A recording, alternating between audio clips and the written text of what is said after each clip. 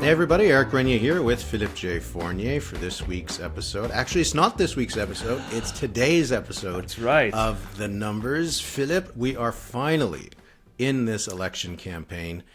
How are you feeling with just we've got like 24 hours since the election was called. Are you ready for another 35 days of this? Well, we know that early in the campaign, especially for you and I, like every newspaper and radio station wants to know what's the state of play in the first day, right? It will quiet down a bit and then it's going to go crazy again until the end. So, yeah, we have to be ready. This is, like I said last week, this is the playoffs for you and I. We live for this, and so I'm really excited to see everything starting, and we start the campaign at a very interesting position. Let's go into the federal numbers. Eric, where would you like to start today? Well, we'll start, I think, with just where we both see things. I think during the course of the election, because there's going to be lots of polls being published on a daily basis, we're going to take a look more at our own aggregates and projections than any of the individual polls, though we will highlight some of the individual polls when they have something interesting to say. Yeah. So right now in my poll tracker, which is what I'm running with the CBC, is I have a lead of about a point for the Liberals, 38 to 37. The NDP is at 11%. And with that 1 point advantage for the Liberals, the party is able to win a majority government somewhere around 177 seats to 132 for the Conservatives. You see a similar race right now. Right now, our numbers are, I wouldn't say identical, but they're very close. But we should state, though, before we get into this, that just minutes ago, before we press record, Palace Data just released their voting intentions federally. And they look pretty much like what we saw last week from Léger and the Angus Street Institute, 42 Liberal, 38 Conservative. 8% for the NDP. Oof. I mean, we know sometimes IVR pollsters have the NDP a little lower, but they're not that far off usually. So 8% for the NDP. Right now, I have 178 for the Liberals. So similar as yours in majority territory, but very close, overlapping minority territory, of course. But the thing is, considering the bell curve, the spread of the bell curve, it's just as likely as the Liberals win a comfortable majority with 190 seats than they do win a minority of similar size as in 2021. Yeah, these numbers are not good for the Conservatives, huh? The regional numbers are especially cruel. I'm looking at Ontario. They had a 20-point lead. They lost it. Now the Liberals seems to be ahead a bit on Ontario. And in Quebec, we have this huge enigma. What's going on between the federal Liberals and the Bloc Québécois, who seems to be still slipping? What do you see in those provinces, Eric? Yeah, we're seeing that there's been really a lot of shift over the last little while. And you mentioned how the Liberals are now up a few points in Ontario, which right there is kind of the game. Whoever's leading in Ontario is going to win more seats and probably at the very least be in a position to win a minority government. With the kind of numbers we see for the Liberals right now, you add that to Quebec, as you mentioned, Atlantic Canada, where they're just taking off.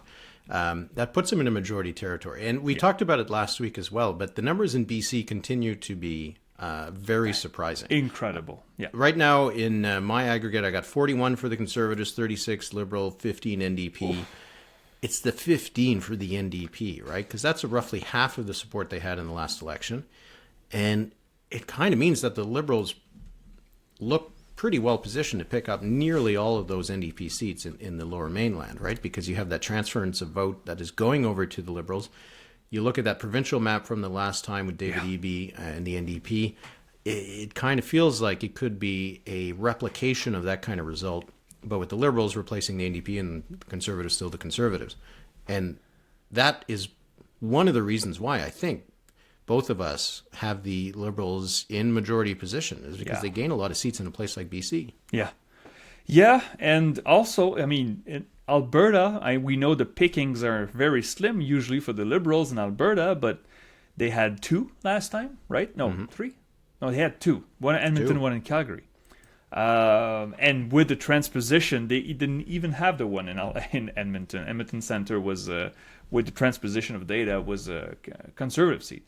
But if they win 5 or 6 in Alberta, suddenly this adds up, right? And you get closer and closer to 172. And I want to go back to Quebec for a second. If the Bloc Québécois is at 25%, then suddenly all these seats that we didn't see coming become open for the Liberals. And perhaps they don't win 37, 38 seats, the Liberals in Quebec. Perhaps they win 45. And then suddenly it is a majority, and maybe a comfortable majority. And travel back in time 2 months and tell that to your past self. Absolutely incredible. Again, I said last week, Eric, I think we're running out of epithets to describe our astonishment. I think the astonishment is fading away right now, but it's still remarkable to see these numbers and these curves and to say, okay, is that going to hold for 5 weeks?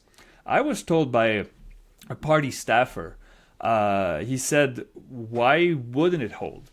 Why couldn't it get even stronger for the Liberals? Why couldn't the Liberals win 200 seats? And I said, well, hold on. Hang on here. But the thing is, it's plausible. It's the favorables in the latest abacus. Now, we should state the latest abacus. Of course, I have tremendous respect for abacus. They have great a great track record and they have numbers, but they are right now the only one with a multi-point lead for the Conservatives. And yet, in the questions from their polls last weekend, in the questions facing off Poilievre versus Carney leads across the board. And so, if this is a popularity contest for 5 weeks, at the starting line, Mr. Carney has an advantage over Poilievre. Which is, again, remarkable. Yeah, I think we almost need to reset in a sense, right? Because, lots have changed over the last few months. But, I mean, what really matters is what's going to change over the next few weeks. And I've been getting the question pretty much every single time is about how solid these numbers are, right, for the Liberals. What's your answer? What's your answer, Eric? My answer is that it's multifaceted and a very interesting question. And then I trail off and try to wander away. No, but... I mean, we heard Yves-François Blanchet in the launch. He got a question asked in English by a reporter, and he said in English that he believes in Newton's law, that what goes up must come down. I mean, the question is, though, that whether it comes down within 35 or 36 days. And I was looking at some of the numbers, and the ones you just mentioned about Carney's own personal ratings. Yeah, I mean, I averaged out the numbers from Abacus, Innovative, the Angus Reid Institute, and Leger. They all had some favorability or positive, negative impressions. And Carney is like averaging 44% positive, right? Yeah. And Poilievre is averaging 37.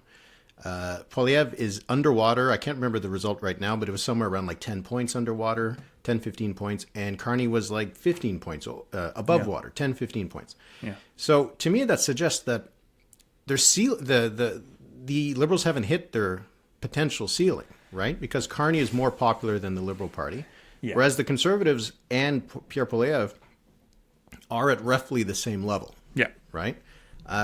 So that doesn't indicate to me that the Liberals are poised to drop. We have seen some other polling that suggests that Liberal voters are less committed to the Liberals than Conservative voters are. So I think the Conservatives very much have a much higher floor. Oh, yeah. But just because they're not committed doesn't mean that they won't stick around. I think there's more vulnerability, there's more potential for the Liberals to drop over the next little while. But there is also the indication that they do have the potential to grow. So, yeah, everybody kind of assumes that since they've come up so much, they're inevitably going to come down. That is an option. That is a possible outcome. Of course. Yeah. But it doesn't mean that they can't keep going up, right? So, Abacus, do you have a positive or negative impression of Mark Carney? Positive 40, negative 28. That's a plus 12. You go back to Pierre Poilievre, negative 45, positive 37. So that's a minus 8. And this is a poll, this is like the best poll for the Conservatives. Still leading by 3 points according to Abacus. So Pierre Poilievre has the strongest base, but he spent the last 2 years not trying to grow it. figuring Justin Trudeau himself would be voter repellent enough for many. And to some extent, he was entirely correct. But Justin Trudeau's not there anymore, and I don't think we'll see him much during the campaign. So they probably, you saw the picture. I think he was he's putting together. He's building some cabinets or something. You know what? I would do the same thing. It's like, I've been prime minister for 10 years. Now I'm going to Canadian Tire and buy a birdhouse or something or whatever. Abacus had some really interesting numbers they put out today. They're comparing where things were in 2021 in their polling to where it is now. And you can see that Carney polls better than Trudeau did. Poilievre also polls better than O'Toole did. So both of those are stronger than they were in 2021. And the one leader who is really far behind is Jagmeet Singh. Yeah. Now, why I think this is significant is that there was another poll. You got to piece these all together. Yeah. But there was another poll by Innovative Research that had second choice polling. And the major second choice for the Liberals is the NDP, right? But when you have a leader that is not very popular in Jagmeet Singh, that seems to be heading downwards, it seems there's less of a risk that the Liberals are going to lose those voters back to the NDP right now. So again, it just kind of gives another indication of why the Liberal lead, the Liberal support they have, could be sustained. It could be a bit more resilient than I think the examples of John Turner and Kim Campbell would suggest. Doesn't mean it's not going to happen. Yeah. No, of course. It's I wouldn't say it's built on a house of cards. It's built on it's built on like a foam mattress. Not sure, it might provide enough support to get you all through it, but it might also collapse at some point. It's just it's not as cut and dry, I don't think, as some people think with the up and down. To reference Yves-François Blanchet. Jagmeet Singh's numbers have really gone south in the past few months, right? I mean, it's not unexpected when he so proudly tore up the deal he had with the Liberals. Many Liberal voters got irked, and you can understand why. Also, the Conservatives had a very effective campaign against Jagmeet Singh. You remember the nicknames, Set Out Singh and all these. He prosecuted so much Jagmeet Singh effectively that for many Canadians, he's just not an option anymore. And of course, I don't want to exclude his own actions and behavior, obviously, but he was not able to connect with voters. And weeks ago, you and I talked about, could the NDP have a snap leadership race? Obviously, that's not happening. Too late now.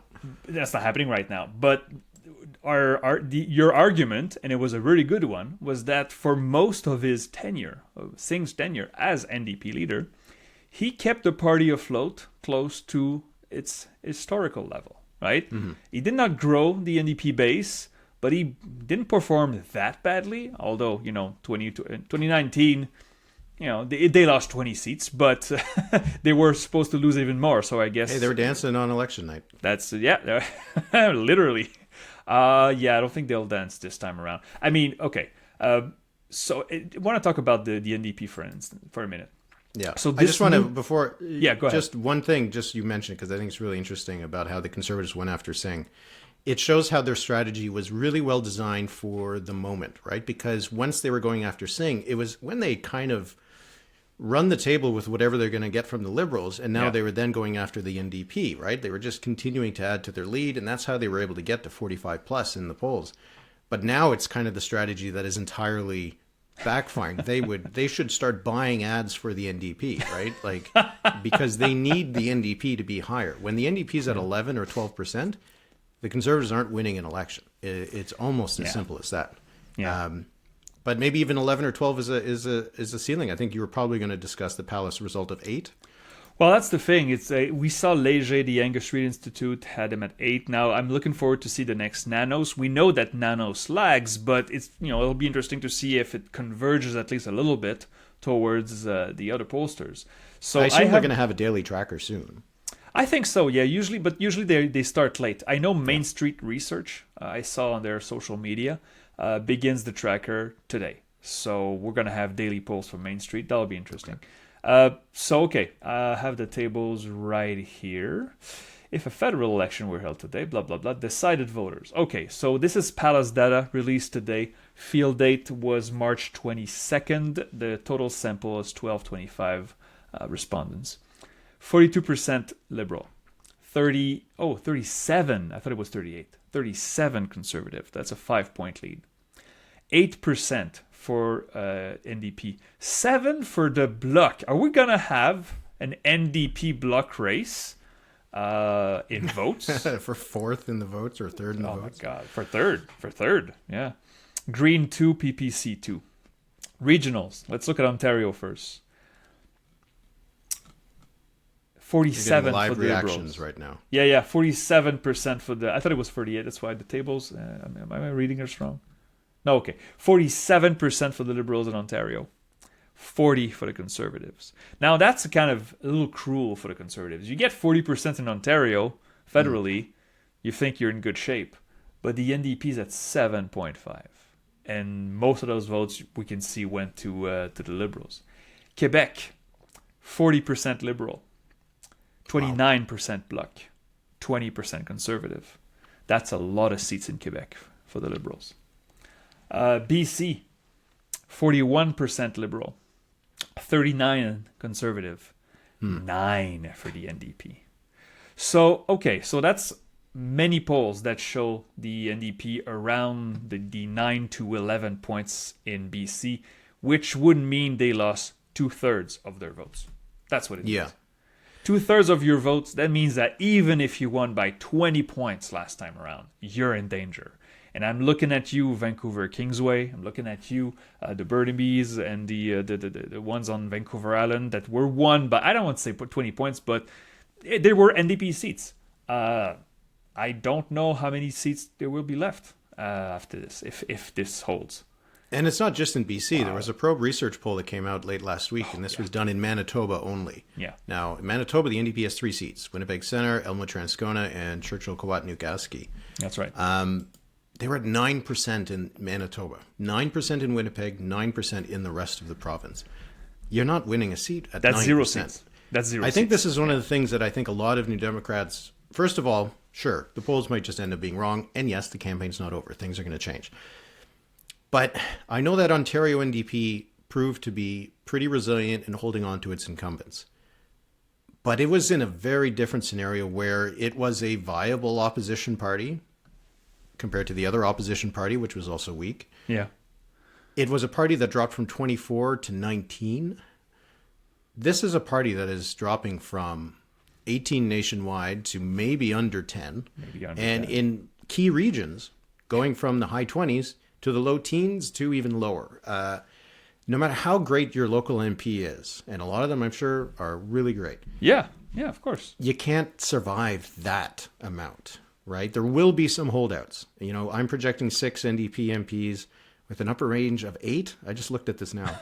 But, which makes, I think they could win more than 8. But, oh my God, with these kinds of numbers, maybe not. My ceiling is 12 for the NDP there you go. right now. Okay, well, that's official party status. But, yeah. I think this is if the only thing you knew about this race was that the NDP was projected to win less than 10 seats and they were at 11, 12% in the polls, I'd probably say the Liberals are winning.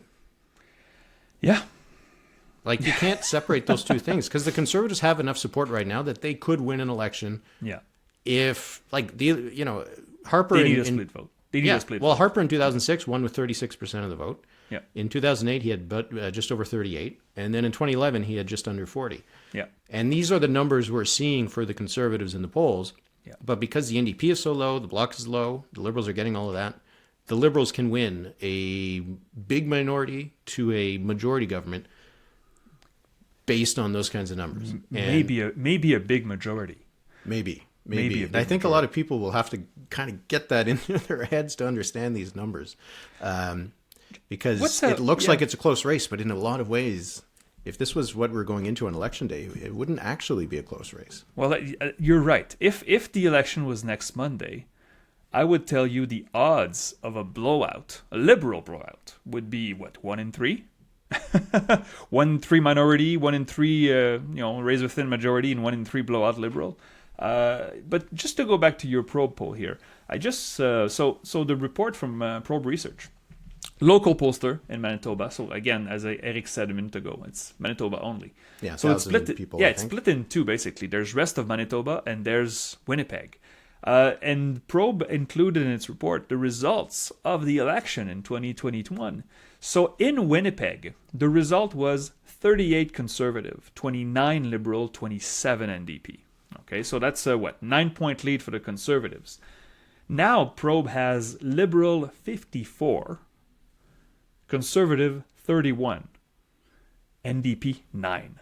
Mm-hmm. So the Liberals go from 9-point lagging, 9-point behind, to 23 points ahead.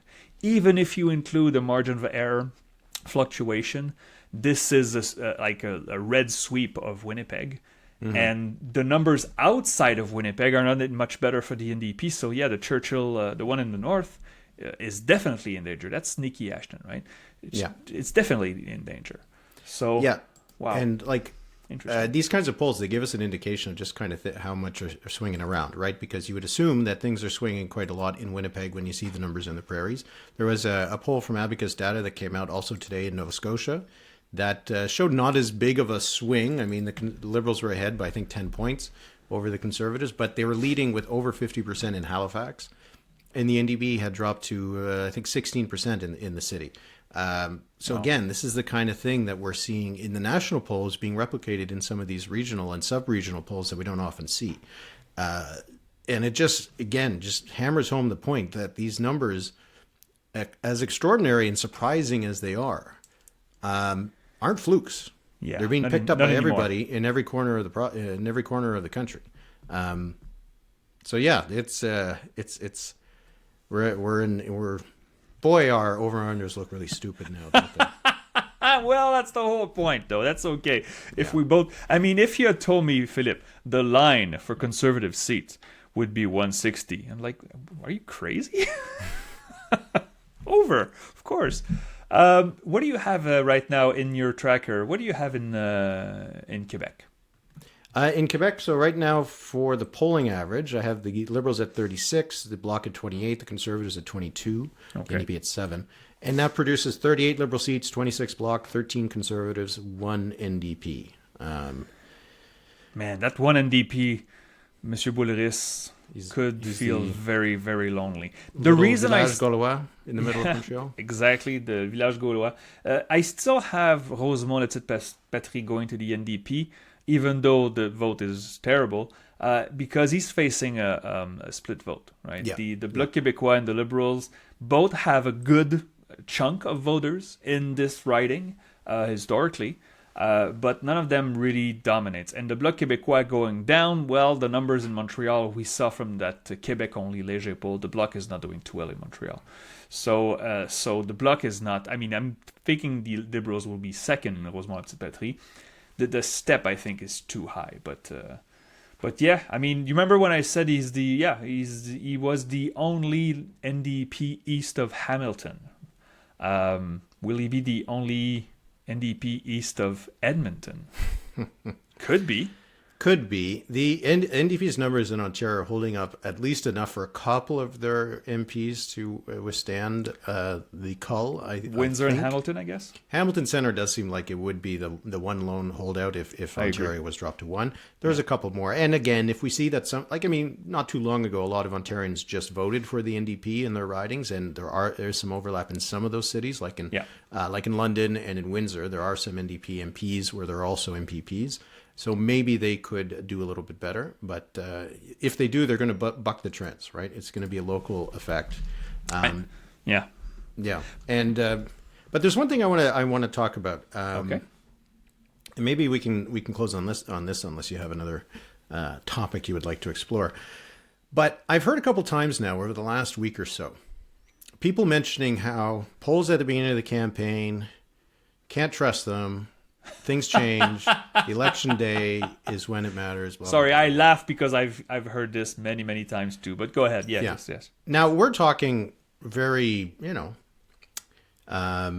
excitedly about what the numbers show now. Yeah. And talking about what that could mean for seats because it's very interesting for us. But I think that probably most of the people who watch this and listen to this understand this, but in case people don't know, when we're looking at the polls at the beginning of a campaign, we are not assuming that they will be the same on election day. And no, neither should you. Whoever is listening to this, you shouldn't do that. Like, we are talking about the now. We're not talking about the future. It's just that as we advance in this campaign, the future will be closer and closer to the now. So yeah, of course. I know some people will send me screenshots of me saying, "Oh, the Conservatives, 225 seats, maybe 230 from December," and that's why I always try to put a watermark of the date on my charts, because I know they will, be put back in my face, and I don't care. But yeah, this starting line of the campaign tells us where things stand now, not where they will be in 5 weeks. Very important to state. You often use the metaphor of a hockey game, and how the polls match the score. And I think that is a really useful way to think about it, because let's say that the pre-campaign period was the first period, right? The first period's over. We're entering the second period, which will be like the first days of the campaign, the first weeks before the debates. Then the third period will be that last sprint. Yep. Right now, the Liberals are up by a goal, maybe two, right? This is where they are at the end of the first period. Yeah. Now, if your team is up by one or down by one at the end of the first period, I mean, you'd rather that you were leading, right? You'd rather you weren't behind. But the game's not over. Yeah. But it just means you got to work a little bit harder over the next two periods to win. This is where things are right now.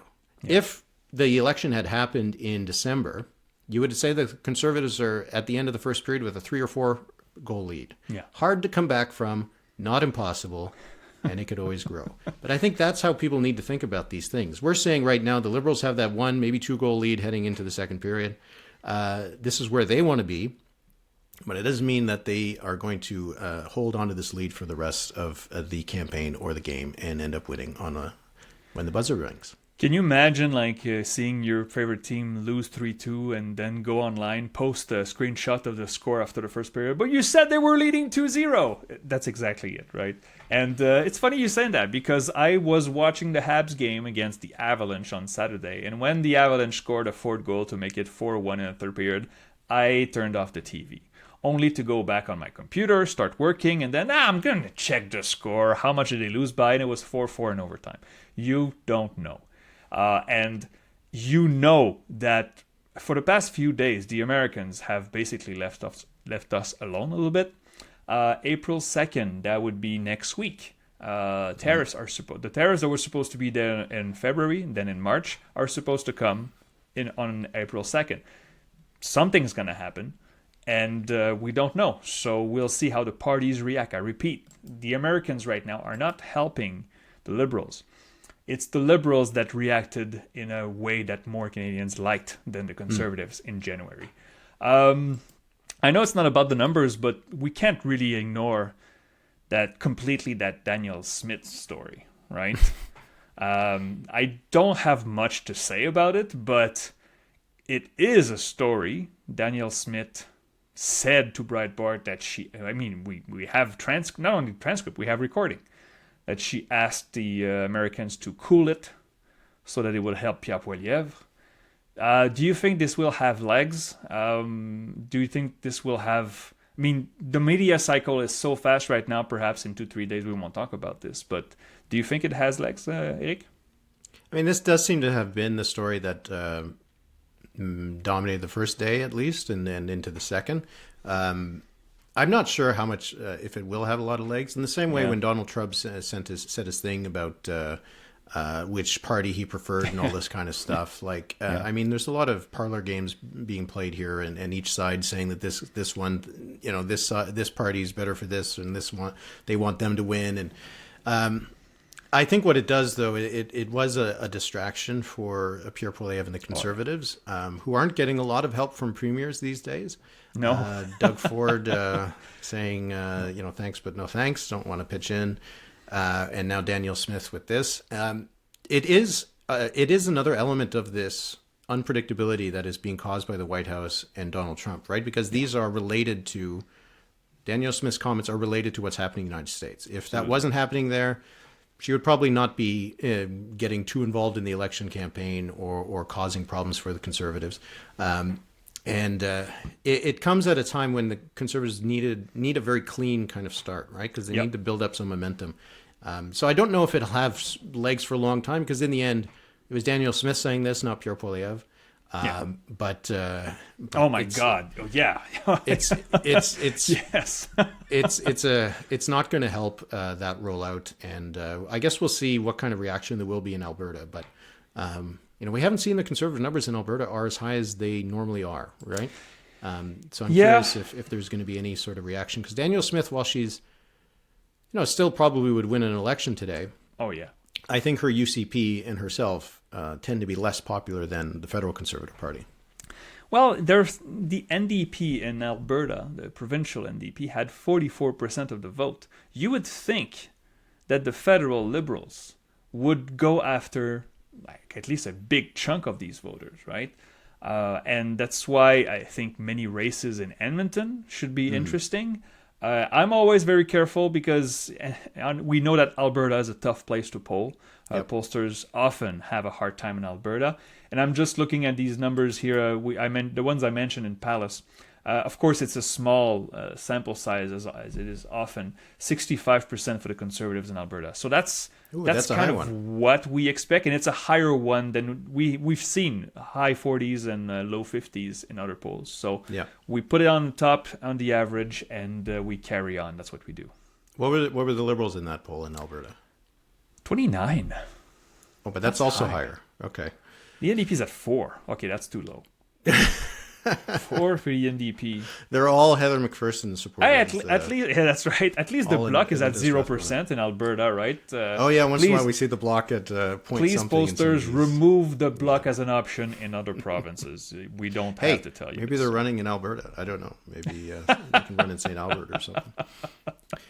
All right, I think we'll move on to our last segment. And, normally in our episodes every week, we do the number of the week. Now, this is going to be too many numbers. So we decided that instead for this campaign, we're going to do the riding of the day. You go riding first, of the day to watch. Mine will be Nepean. Okay. I know why. It's a wonderful place to be in, if anybody knows that song. Is that Nepean is going to be the riding where Mark Carney is going to run. The seat opened up after Chandra Ira was disqualified as a Liberal MP, as a Liberal candidate, which makes sense considering he was disqualified from the Liberal leadership race. So whatever meant that he wasn't good enough to be a leadership candidate should probably mean the same thing. So this opens up a seat for Carney. Nepean is not exactly a riding he has lots of links to, but he's lived in Ottawa for a while, so that's close enough, I suppose. It is an interesting kind of suburban riding. It's not it's not downtown Ottawa, and it's not quite the outskirts. It includes some of the suburbs, but it also includes some areas that are a little bit closer to the center of the city. And it is one of those ridings that could swing. If the Conservatives are winning the election, they probably win Nepean. If the Liberals win the election, they're winning Nepean. We just saw in the Ontario provincial election that the Liberals gained in Nepean. So this was a pickup they had from the PCs. So maybe that makes the Liberals feel a little bit more confident there. So anyway, that's the riding of the week for me, is just that we finally found out what riding Carney was going to choose, and it was not as dull as it could have been if he had chosen to run in Toronto. But Edmonton would have been a lot more fun. Yeah, it's pretty dull. I mean, I understand why. It's much more practical to run in Ottawa if you're the Prime Minister. But Edmonton... And it's where he lives. Yeah.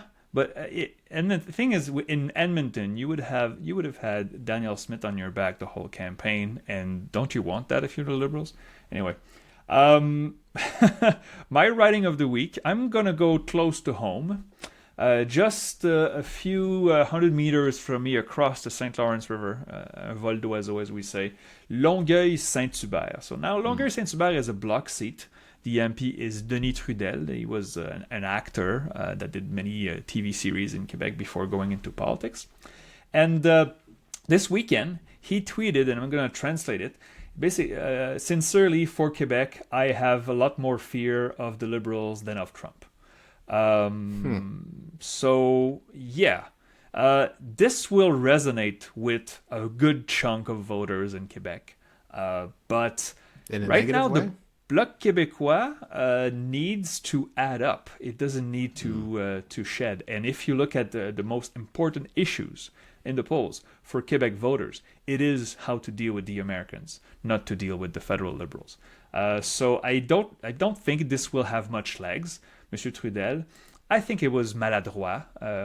Clumsy, would you say? Clumsy? Sure. So I know this is a target for the Liberals. It has been a target, that South Shore seat, for quite a while, but Monsieur Trudel has been able to hold it.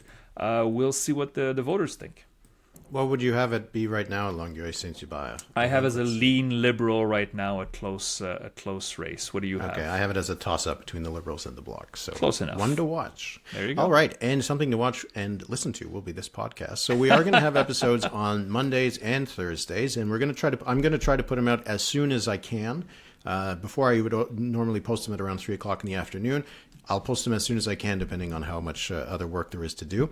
And then we are going to have our bonus episode that is just for members on Saturdays. That's right. That's when we're going to discuss the latest polls over the last days of the week. We'll answer a few questions from members of the Patreon. And so if you want to join that and listen to that, you can go to thenumberspod.ca. And you also got to take part in our Discord, which is kind of the place you want to be, because everybody's posting updates about what's happening on the campaign, and it's just actually useful for me. So I appreciate it. So Philippe, it's going to be a really busy time. We're actually going to chat later, unless they cut it. We'll be on the National tonight once again. And I'm looking forward to it. So Philippe, off we go, and it's going to be fun a few days. Absolutely. Merci beaucoup tout le monde. See you later, Eric. Merci.